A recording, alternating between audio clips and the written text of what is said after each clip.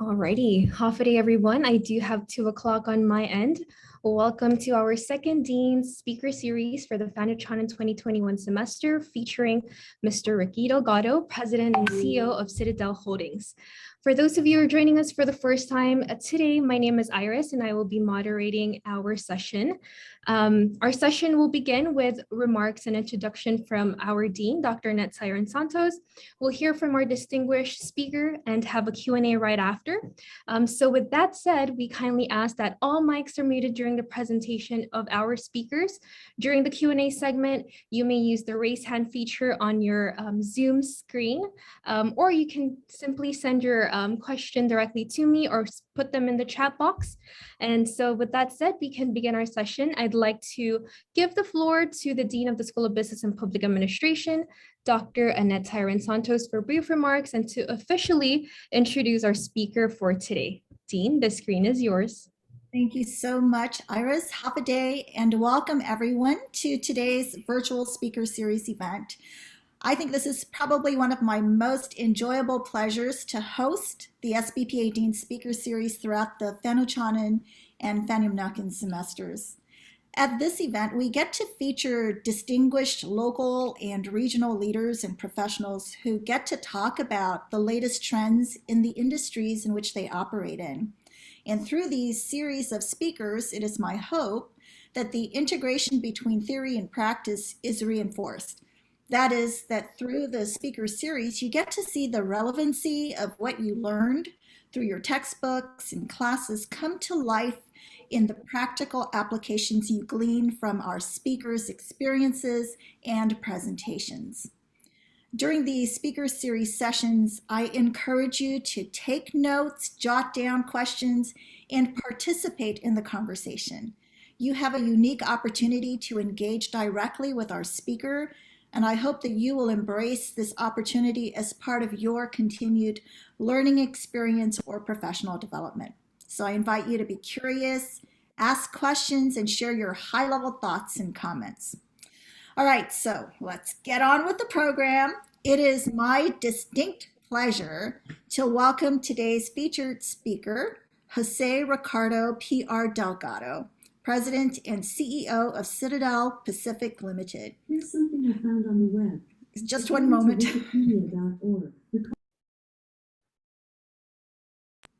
I'm sorry, my device picked up on your name, Mr. Delgado, was ready to tell me all about you, but I don't want her to steal my thunder. But going back to my introduction, Mr. Delgado, Ricky, joined Citadel in 1998 and now provides direction to all of Citadel's activities. And this is a large company. Since 2005, the group has grown from its roots as the Philippines' largest airport services company owner by making 4 acquisitions, 2 from Shell Petroleum, 1 from ExxonMobil, and 1 from Verizon.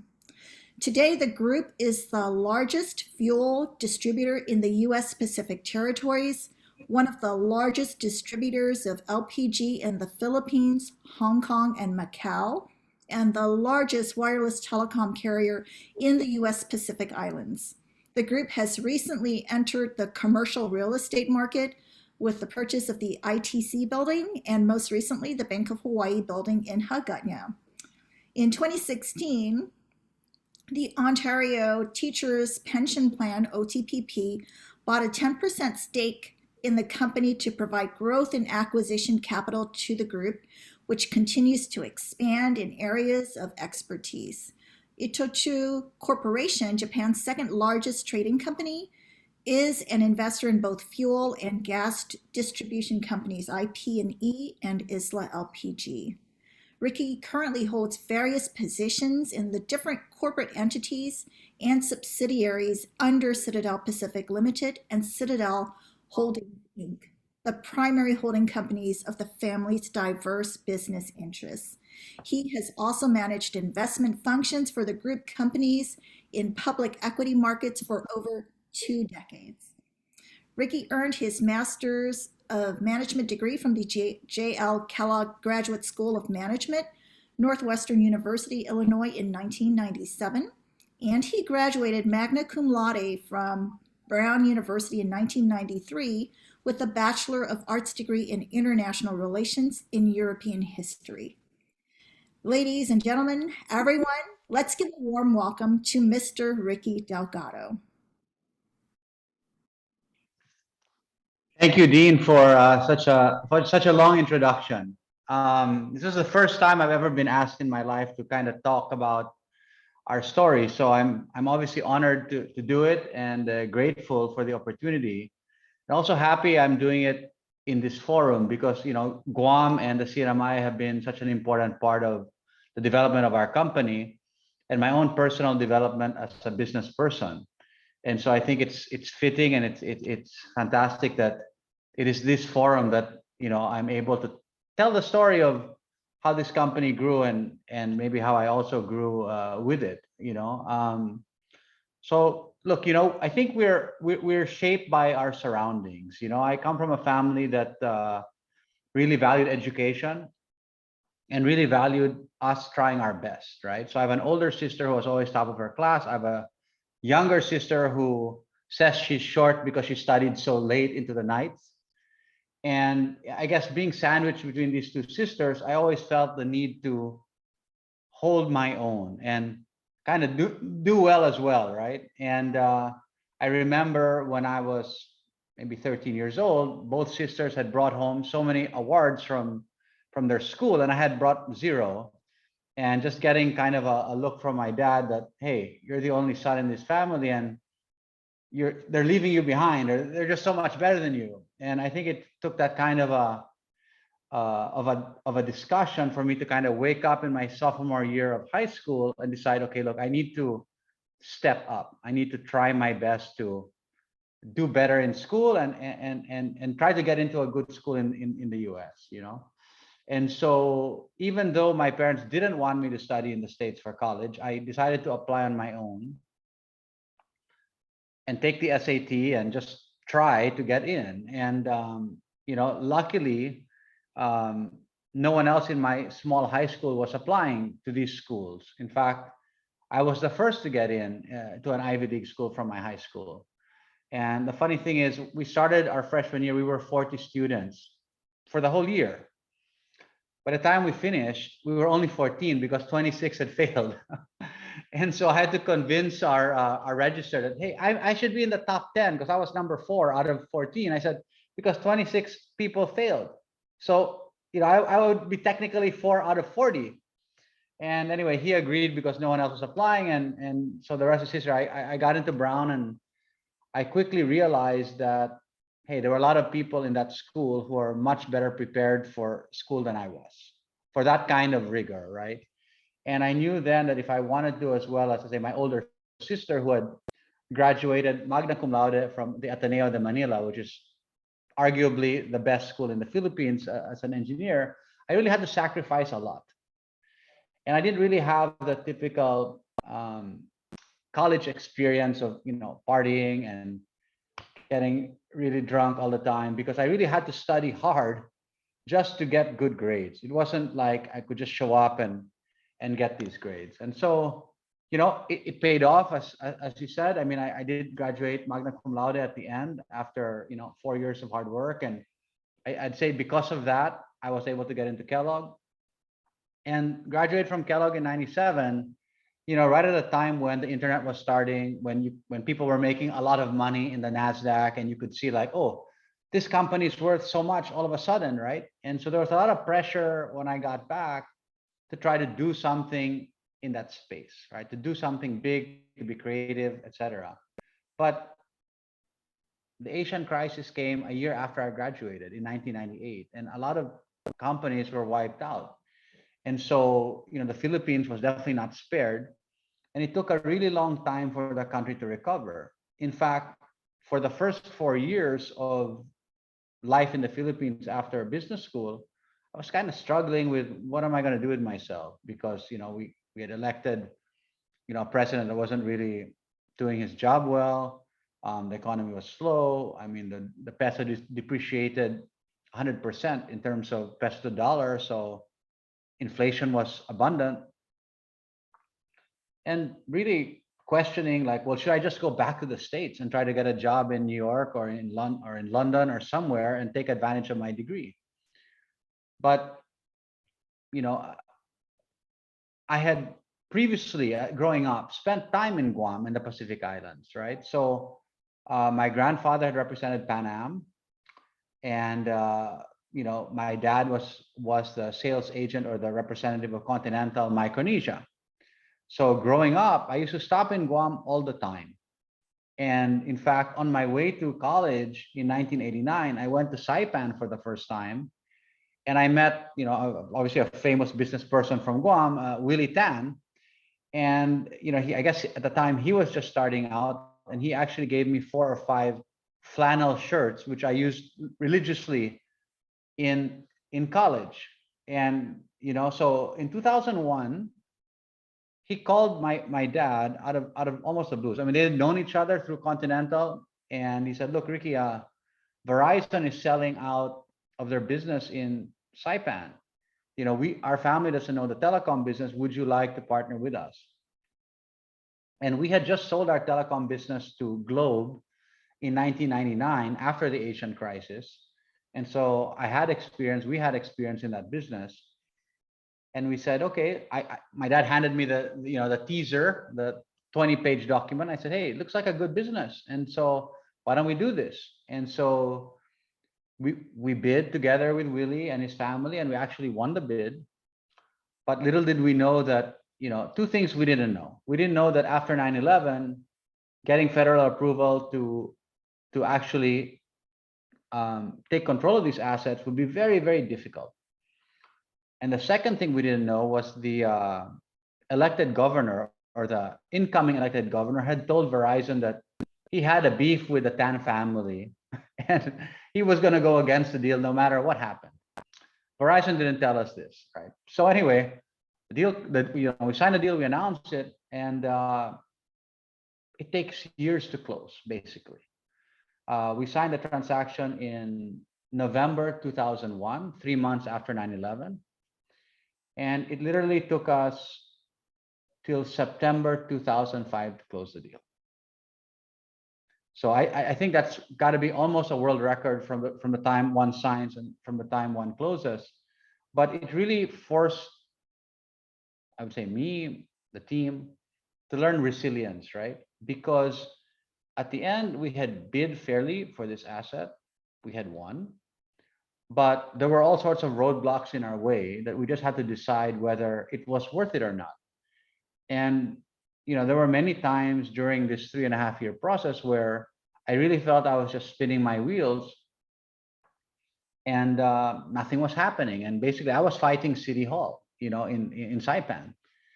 But again, by luck, some of the local commissioners who were actually appointed by the governor chose to go against his wishes and approve our transaction. After the Federal Communications Commission said yes, sometime in 2004, the local commission, despite all sorts of things, agreed with the Federal Commission.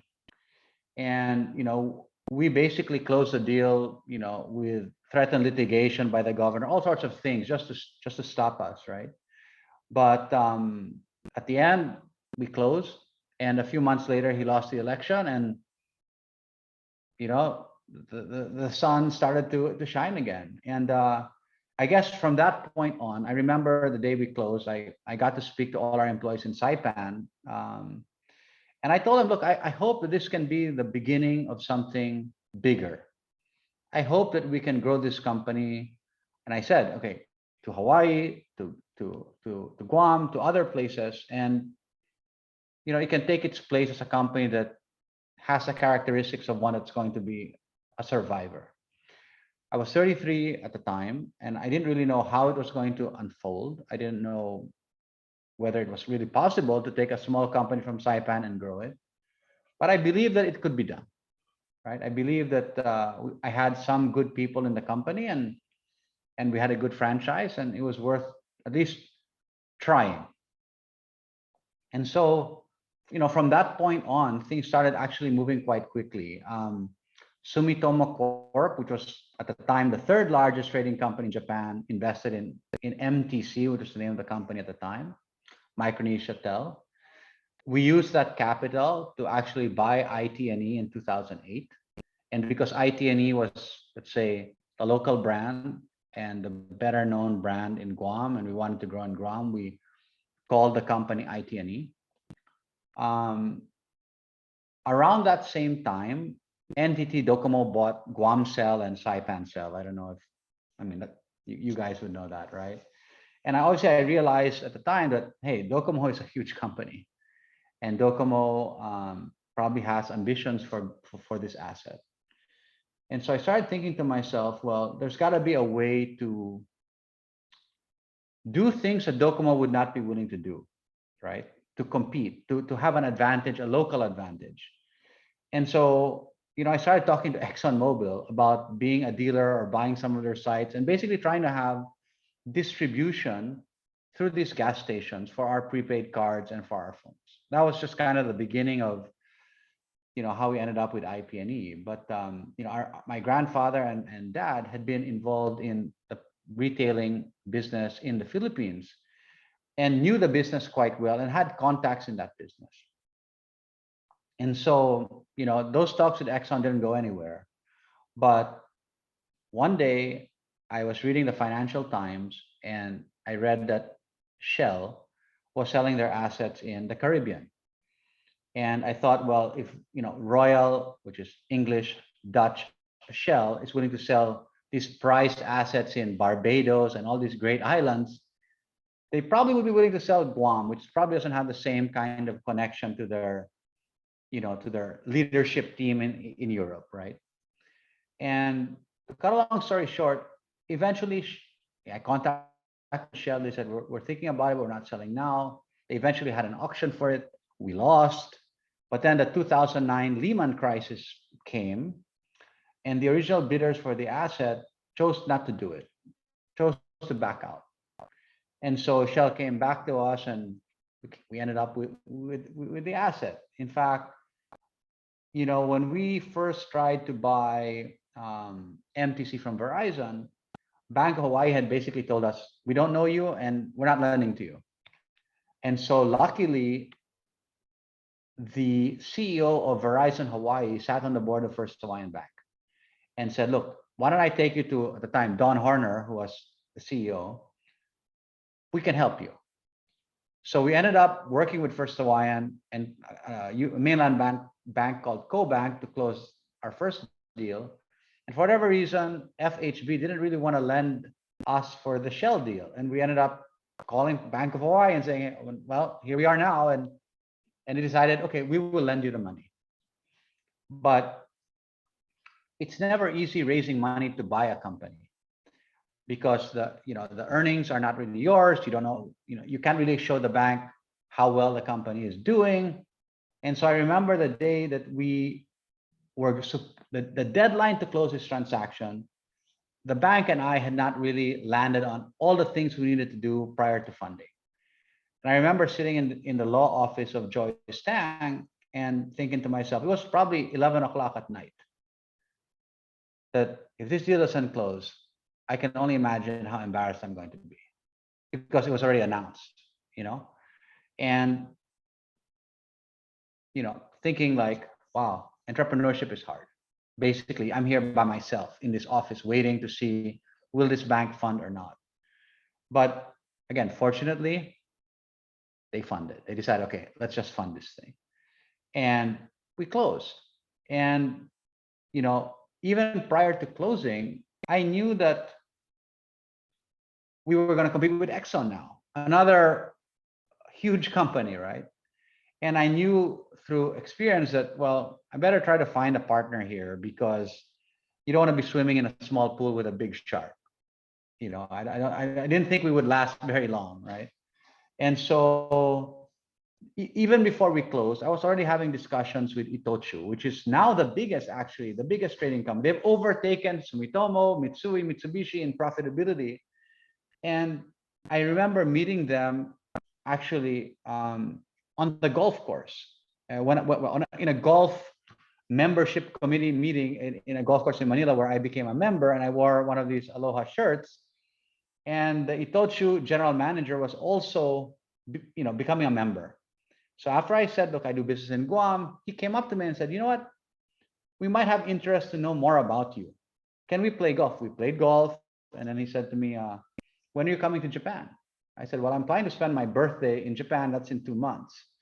So I went to Tokyo. I went to their office. There were like 7 Japanese guys in suits. It's by myself. And, they asked me 50,000 questions. And they basically said, look, we have an interest in this area. And so a few months after we actually closed with Shell, Itochu invested in IP&E. And that kind of, I think, Itochu trades a lot with ExxonMobil as well, So I think that kind of saved IP&E in terms of us being able to chart a bit of an independent course. And, because of that, we developed a good relationship with Shell. And when they said, look, we're selling our LPG business in the Philippines, would you like to take a look at it? And I think Itochu and us had already developed a great relationship. And we bid and we won it together.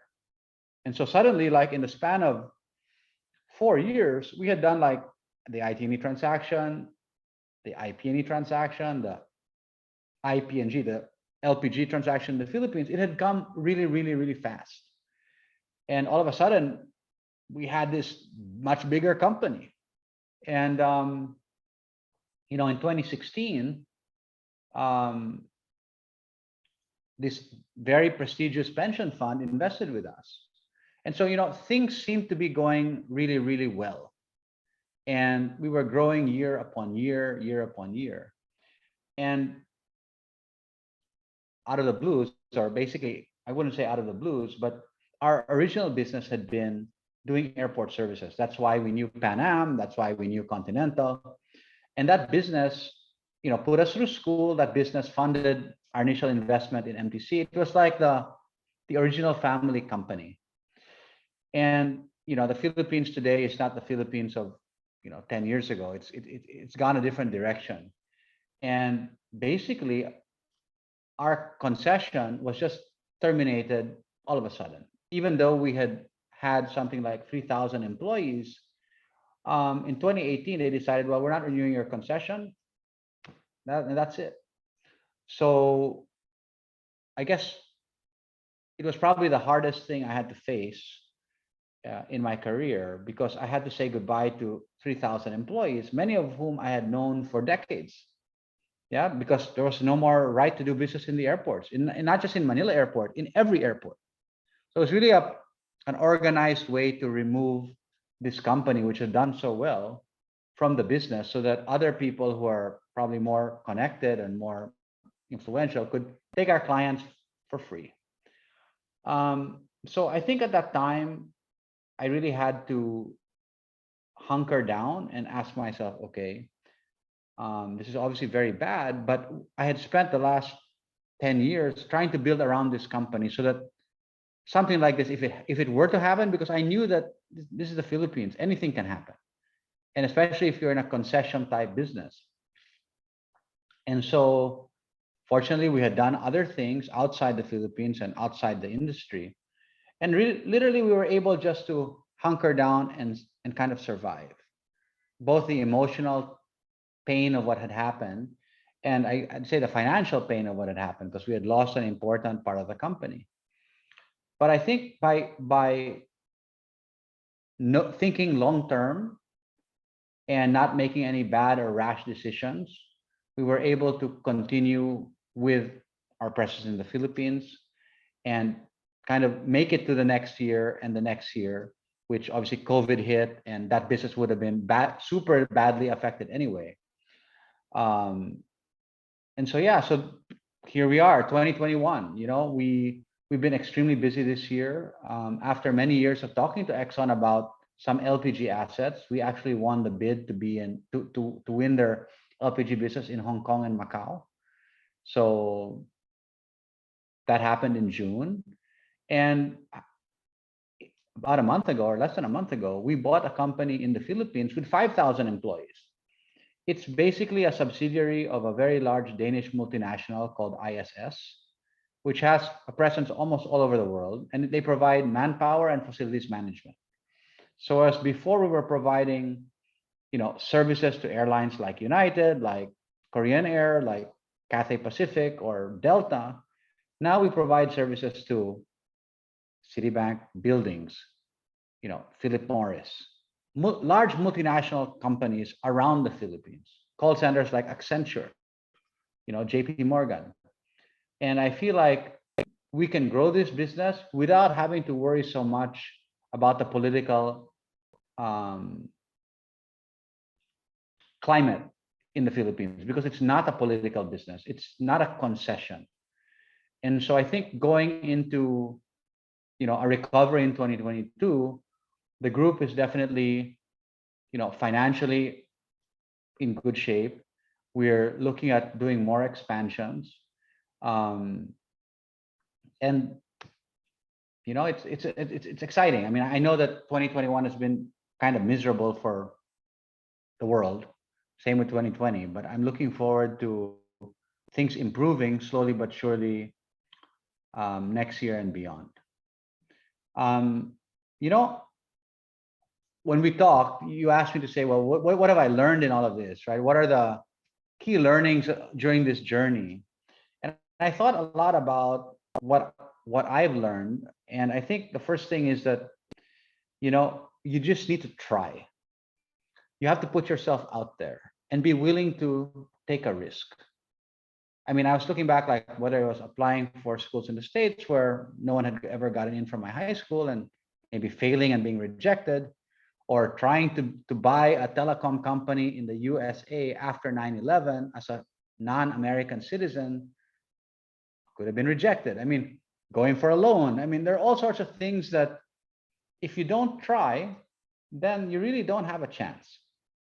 So I think being willing to fail and look stupid for doing something or believing something, I think it's worth it, right? And I think sticking with what you try is also worth it, right? Because so many times there's a temptation to say, you know what, Saipan's economy is in bad shape. That's an example. Or the Philippine political climate is bad. We should do business somewhere else, or it's impossible. But I think if you are committed to a plan, then you should not let bad weather affect yourself and just force you to just turn around. Oh, it's not worth it. I'm just pulling out. I think being steady and being resolute in sticking to your plan is something that has been very helpful to me and I think our company. I think it's also about being true to who you are. I mean, we're all different. We all have different talents. I mean, I can't reinvent myself as a computer scientist or a programmer or someone who could invent the next Facebook or Meta platforms or whatever. I know that. I know I don't have that in me. And so I do things for the long term. I try to plan long term, and I try to attract people to our company who kind of think that same way, so that we have, I mean, we're all very different in the company, but I think most of the people that are around me in the leadership teams of all these companies think long term. Many people from the original deal with Verizon are still with me. And even though I don't get to go to Saipan as much as I once did, I know we're together. I know we've been through a lot, and I know that, we share the same values and aspirations for these companies. I think that looking back and thinking about how also fortunate we've been, because so many things that happened to us didn't have to happen to us. I mean, both good and bad, but mostly good. Like the Verizon guy who had waited 3 years and said, hey, look, Ricky, it's not my fault that you have these political problems. I'm just going to go somewhere else. But he was a guy that if he signed something, he signed something. He wasn't going to change. That's luck. I mean, he could have just been a typical corporate type and be like, hey, you know what? It's too hard. I'm going somewhere else. Or the fact that, the CEO of SK Telecom, I met him, through an introduction, and he decided that he just liked us and wanted to do business with us and decided to invest in IT&E. I mean, it was not like it was part of their strategy. It was more like we developed a relationship and he decided to do it, right? So I feel like so much of what has happened has been, of course, effort, but a lot of luck, and not done by any one person. I mean, there's so many people that were involved in this thing, from, like I said, from my family, right? If I didn't have sisters around me who were so hardworking, I wonder if I would have felt that same pressure, right? I mean, I don't know. I mean, the list can go on. To First Hawaiian Bank, who said, well, okay, we will lend this guy, to Willie Tan for making that first call. I mean, to the people who have joined me. I mean, Brian Bamba, who's your airport chairman. I mean, he was in ExxonMobil. I met him, and I told him, hey, look, we signed this deal with Shell. We haven't closed it. This is my plan. This is my hope. What do you think? And he's been with us for 11 years. I mean, IT&E did go through a rough stretch from probably 2011 to 2014 or something. And we had a few CEOs go in and out. And, I remember when our inter-island cable went black and there was no connectivity to Saipan. And, Jim Olerking, who I had met through a common friend, has really turned the network of that company around, and it's the company is doing well. And Jim Bigley, who is now the CEO of our group in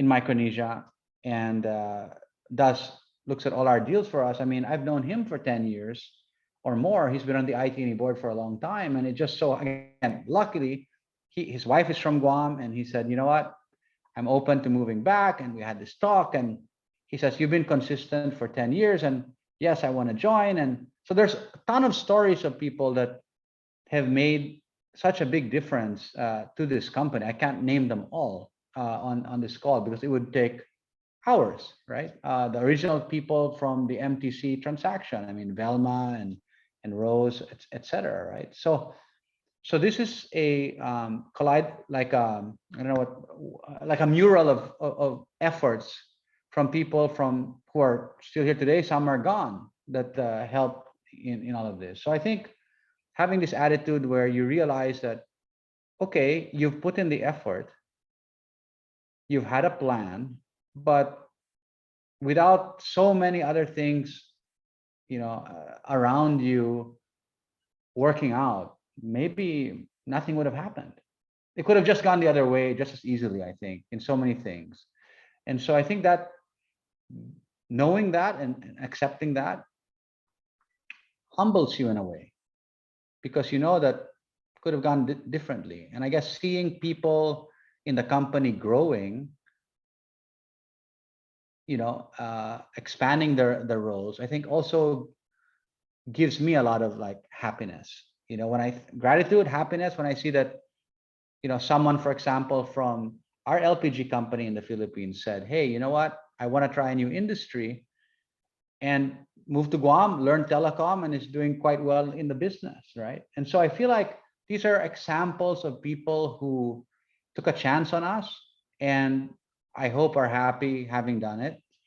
And I think that's one of the more rewarding aspects of my job. I mean, obviously there are many difficult things about running a diverse company in different jurisdictions and in different industries, but I think knowing that people are joining, and these are good people who want to make a difference for them, for their families and for society, gives me a lot of satisfaction in what I do every day, even though I think sometimes it's a lonely job. So it is. It is very lonely to be the CEO of a company, I think. But I think as people go up in our company, they realize the weight of it, because investors have expectations, and You know, you either deliver or they don't invest with you.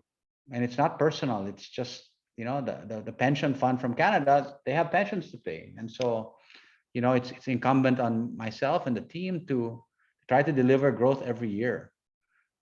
And not always easy, right? So yeah, so that's kind of the story. And you know, I'm like I said, I'm very grateful that to be given this opportunity to talk to people in Guam who've been so instrumental in this company, Guam and Saipan, actually, Guam and the CNMI, I should say. So thank you, Dean. Thank, thank you so much. You know, your story is just, it's mind-blowing and it's inspiring. And I mean, the only words that kept coming to mind is wow. You have painted a mosaic of your experience and the evolution of your company to date. So thank you so much for sharing that. I'm just so very much impressed by the work that you've done. And so you mentioned a few things in your presentation. You talked about resilience. That first and foremost stood out, especially during a time like this, where businesses are probably not doing as well as they had planned and are still challenged. When you talk about resilience, could you kind of explain that to our audience? Where does that come from? What do you stay grounded in that gives you the push to keep going? Because a lot of it sounds like luck, like you've just been surrounded by amazing luck, considering some of the situations that you explained. But what is it about resilience that we should be comfortable with and that we should pay attention to? You know, I think growing up, I saw my dad is an entrepreneur, you know, and our business at the time was really this ground handling company in Manila where we had 4 or 5 clients.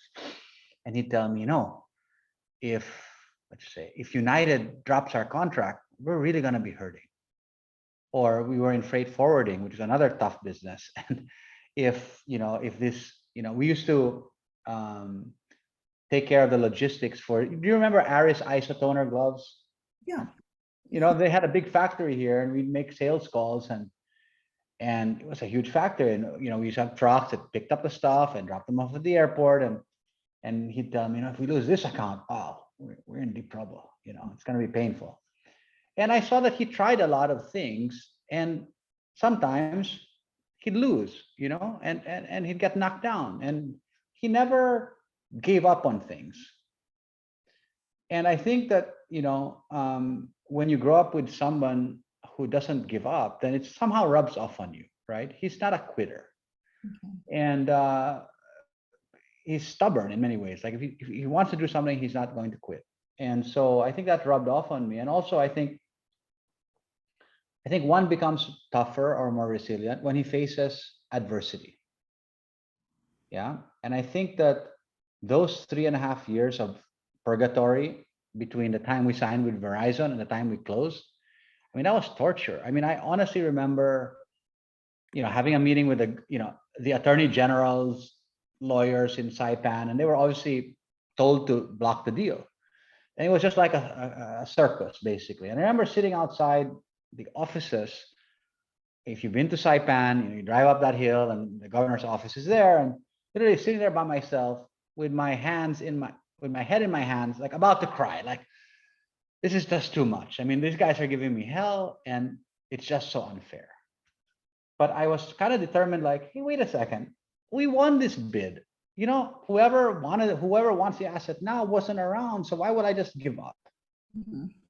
And so, you know, and in 2018, when literally we got robbed, I guess I don't know what other better word to use, where a company of 3,000 employees disappears overnight. And we were alone, you know, I mean, basically, you know, a lot of other bad things have happened in the Philippines since then, but we suffered this one alone.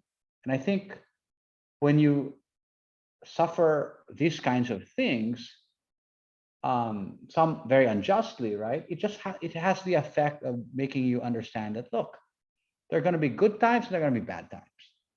So COVID happened, 2 years after this thing had happened, or less, like a year and 9 months. And I can tell you that, not that I breezed through COVID, but it wasn't like, seeing everything plummet, which happened to our company and to almost everybody's company, it didn't have that shocking effect that it would have had I not gone through 2018.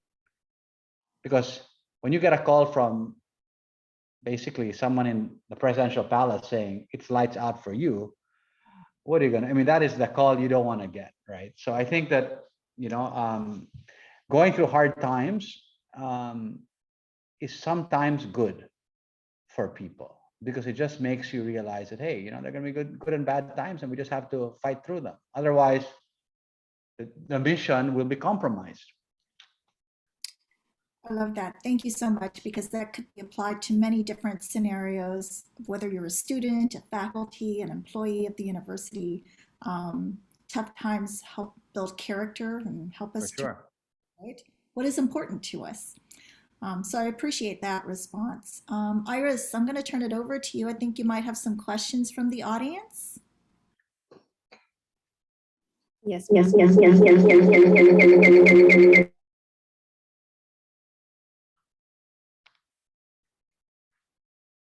So sorry about that. Okay, so we do have a question here from the audience. So one of our audience member, here at the School of Business, we speak a lot about risks, and specifically calculated risk, right? Could you share an experience from a business partnership that presented a huge risk and found later that it was the right choice? Well, I think jumping into the pool to compete with ExxonMobil in Guam was actually a bigger risk than I realized. Because it's a total logistics game, getting fuels to Guam. And I think that I knew that, hey, they're the biggest oil company in the world, and they're very profitable, and they're tough. And so, swimming in the same pool with them was a big risk. And I knew it, but again, I had at least enough foresight to say, hey, I better find a partner that's quite big as well. Otherwise, I'm just going to be swallowed up by these guys. And so, I think it turned out well. We've improved our stations. We've got foodies going. We're doing things that, went against the grain. In fact, credit to my team there, Brian and Bill Ada, because most large fuel companies, they outsource the management of the stations to other people, to what they call operators, right? And they said, look, even though the whole world is doing this, we should manage our own stations.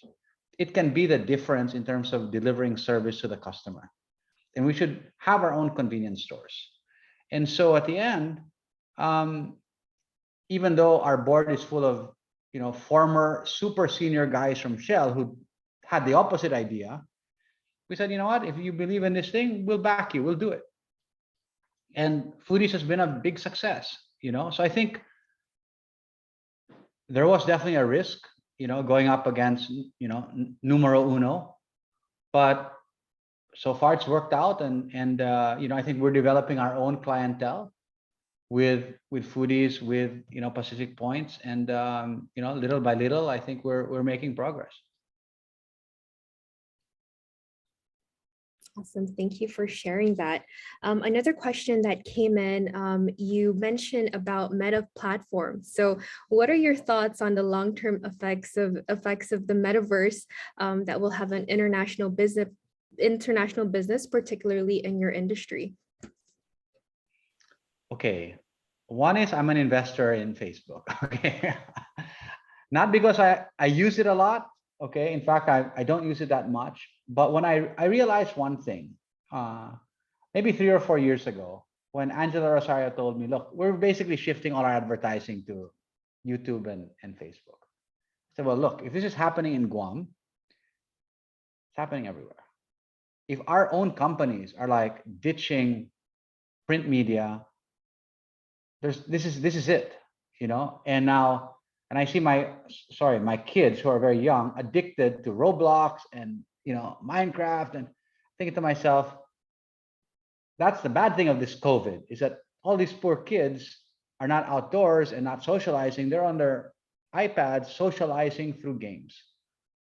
And so I think, I can't adequately state what Facebook's strategy is, but if they're planning to create a space where people can go online, offline, and live this separate life that's parallel to their existing life, there's a lot of money to be made out of Facebook. But as I said, I'm very far from Mark Zuckerberg in terms of being a visionary. I think he's definitely way ahead. I do agree. There is this is the future, right? That we're heading to. So we do have another question from our audience. Given Citadel Group compromises of many businesses and they're in different industries, what's your management style and how do you approach your leadership team? It's a good question. I try to find really good people that I feel are not just good professionally, but they're good people. And I can honestly say that the people we have today are the best we've ever had. And I've been as happy as I've ever been with this team. I feel that, I obviously, as things get more and more diverse, my personal direct involvement in these companies ultimately diminishes, right? And I think that's the way it has to be, right? If I want to choose, the song for one of IT&E's commercials, then I'm not spending my time wisely, right? And so I have to really find good people, competent people, who we can create a proper environment for to shine. That is my job. My job is to have a strategy to make our investors happy, but to find good people, create good systems for them to be their best of themselves, because they spend more time in the office, or formerly the office, now, I don't know, Zoom meetings or whatever, but more time working than probably doing anything else they care about, right? And so, over time, I think my direct relationship with each of these companies will diminish, and I will have to delegate more and more to, the best people I can find. And I think the beauty about what we're trying to do is, it's we're trying to form a meritocracy where you don't have to be a relative of mine or a friend of mine to be the CEO of any of our subs, and one day to be the CEO of this company. I always say, if this company revolves around me, it's over. I mean, if something were to happen, then everyone's work would be for nothing. So I'm really trying my best to institutionalize the company so that, we go on. I mean, as an example, Shell Philippines just announced their CEO change, and the stock price didn't collapse. It's an institution. It has a lot of leaders. It has a lot of good people, and life goes on. I mean, so I think that my style is increasingly being one where, I don't hold the steering wheel of the car anymore.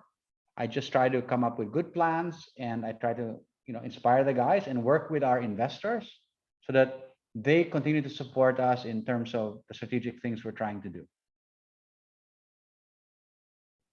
Thank you so much for that. And I'm sure a lot of your employees really appreciate, you leading the team. Another question from the audience, this is from our students, right, who are in our audience right now. What advice can you give them as college students who are trying to, pursue their career early on at this stage in their life? Right, while they're still pursuing their degree? A lot of our students are part-time employees as well. So could you share a little bit of advice for our working students out there? Sure. I'll give the same advice that I give to my kids. They're very young, my kids, but I still give them this advice. I tell them that, look, there's 7 billion people in this world, and by the time they're old, there'll be 9 billion. So, it's only going to get harder. That's what I tell my own kids. resources are being depleted. I mean, there's less fish in the sea. There's, just all sorts of things are happening in the world, and it's just going to be more difficult. But at the same time, as difficult as the world is going to be, the internet and intellectual capital is equalizing things. So let's talk about COVID. In the past, in the Philippines, the wealthiest people, I mean, they're still the wealthiest people in the Philippines, are the ones who own the malls and the land. SM, I mean, you guys have all been to the Philippines. You know where people go to shop here, right? It's these big, big malls. In a blink of an eye, people learn how to shop online. No one saw this thing coming, right? In the Philippines, they're like, oh, that's 20 years from now. It's going to be. And all of a sudden, companies that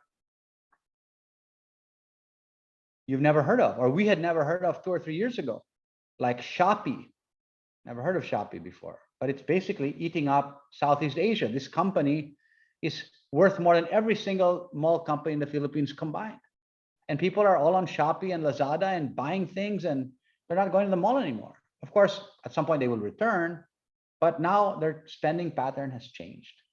And so I think that there are opportunities for smart people who are willing, again, to take risk and to stick to the plan that they weren't there before. So I think it's like almost like a barbell where there are big time currents against people who are young today. I mean, the debt of America, the Philippines, is exploded, right? And so someone's got to pay for that. But at the same time, on the other side, there are opportunities that people are making companies from scratch that are now worth more than the companies they competed with. So I think it's a two-pronged approach. But at the end, I think the values of resilience, courage, all of these things apply today, tomorrow, 2,000 years ago. It's still the same thing. I don't think that's going to change ever.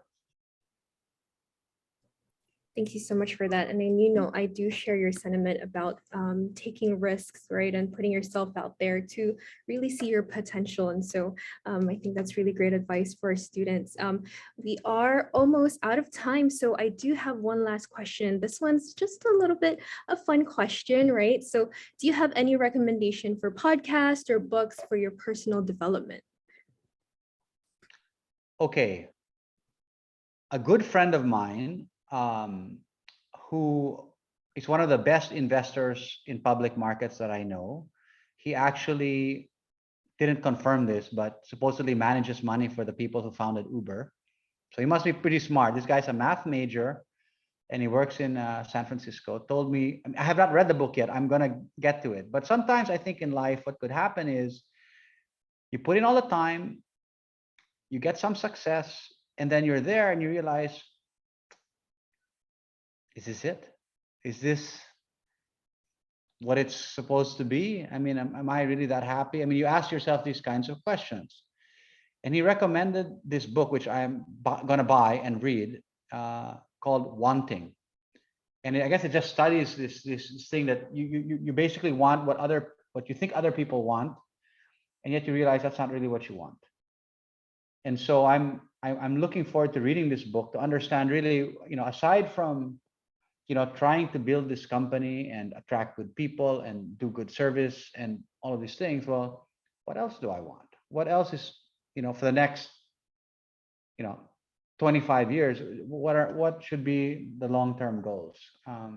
Because I think we are on our way to having a company that will survive, which wasn't the case, I think, many, many years ago when I started. I was always worried about, will we survive if we lose Continental Airlines, or if we lose, the contract for isotoner gloves. It's just always like my worry, like surviving. And so I think now we're probably going to survive, but now what else? I mean, my hope is that our companies can be companies that bring in people and allow these people to be their best selves, and at the same time serve the community and do a good job. Thank you so much, Mr. Delgado. Thank you for sharing your story and the story of your company. And we really appreciate your time today for joining us in this conversation. I would like to bring back the Dean to say closing remarks for our today's session. Absolutely. Thank you so much. And I want to thank the members of the audience for their participation today, for providing some really cool questions for Mr. Delgado to respond to and that we could all learn from.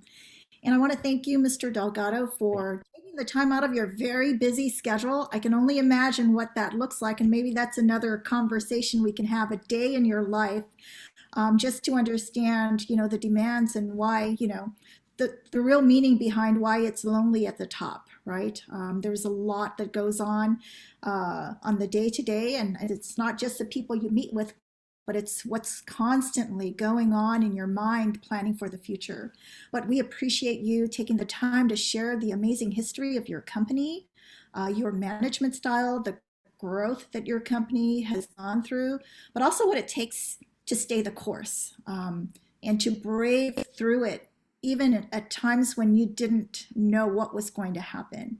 But you give us hope that if you just try, there's something good that could happen from it. Sure. And so we look forward to your continued success. We hope that in the future you'll continue to stay in touch with us and maybe be willing to participate in another future Dean Speaker series like this, where you can tell us, what the latest updates have been and the great things that you're going to accomplish in the next 2 or 3 years from now, because we know you operate in quick turnaround cycles. But on behalf of the School of Business and Public Administration, our faculty, our students, and our staff, we want to thank you for your time today, and we wish you good health.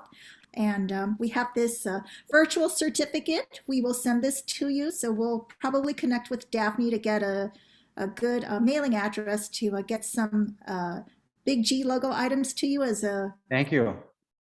token Thank of our you very much. Very honored. And I look forward to meeting you all in person one day soon. Yes, we look forward to that too. And thank you for taking care of our Triton alums that are employed in your company. And we love seeing the growth that you provide for them. So thank you. We'll continue to take care of them and hopefully challenge them. We ask you to do that, please. All right. Thank you. Thank you to everyone. Bye-bye. Thank you, Mr. Delgado. Have a great day, everybody. Thank you for Bye-bye. joining us today. Thank you, everyone.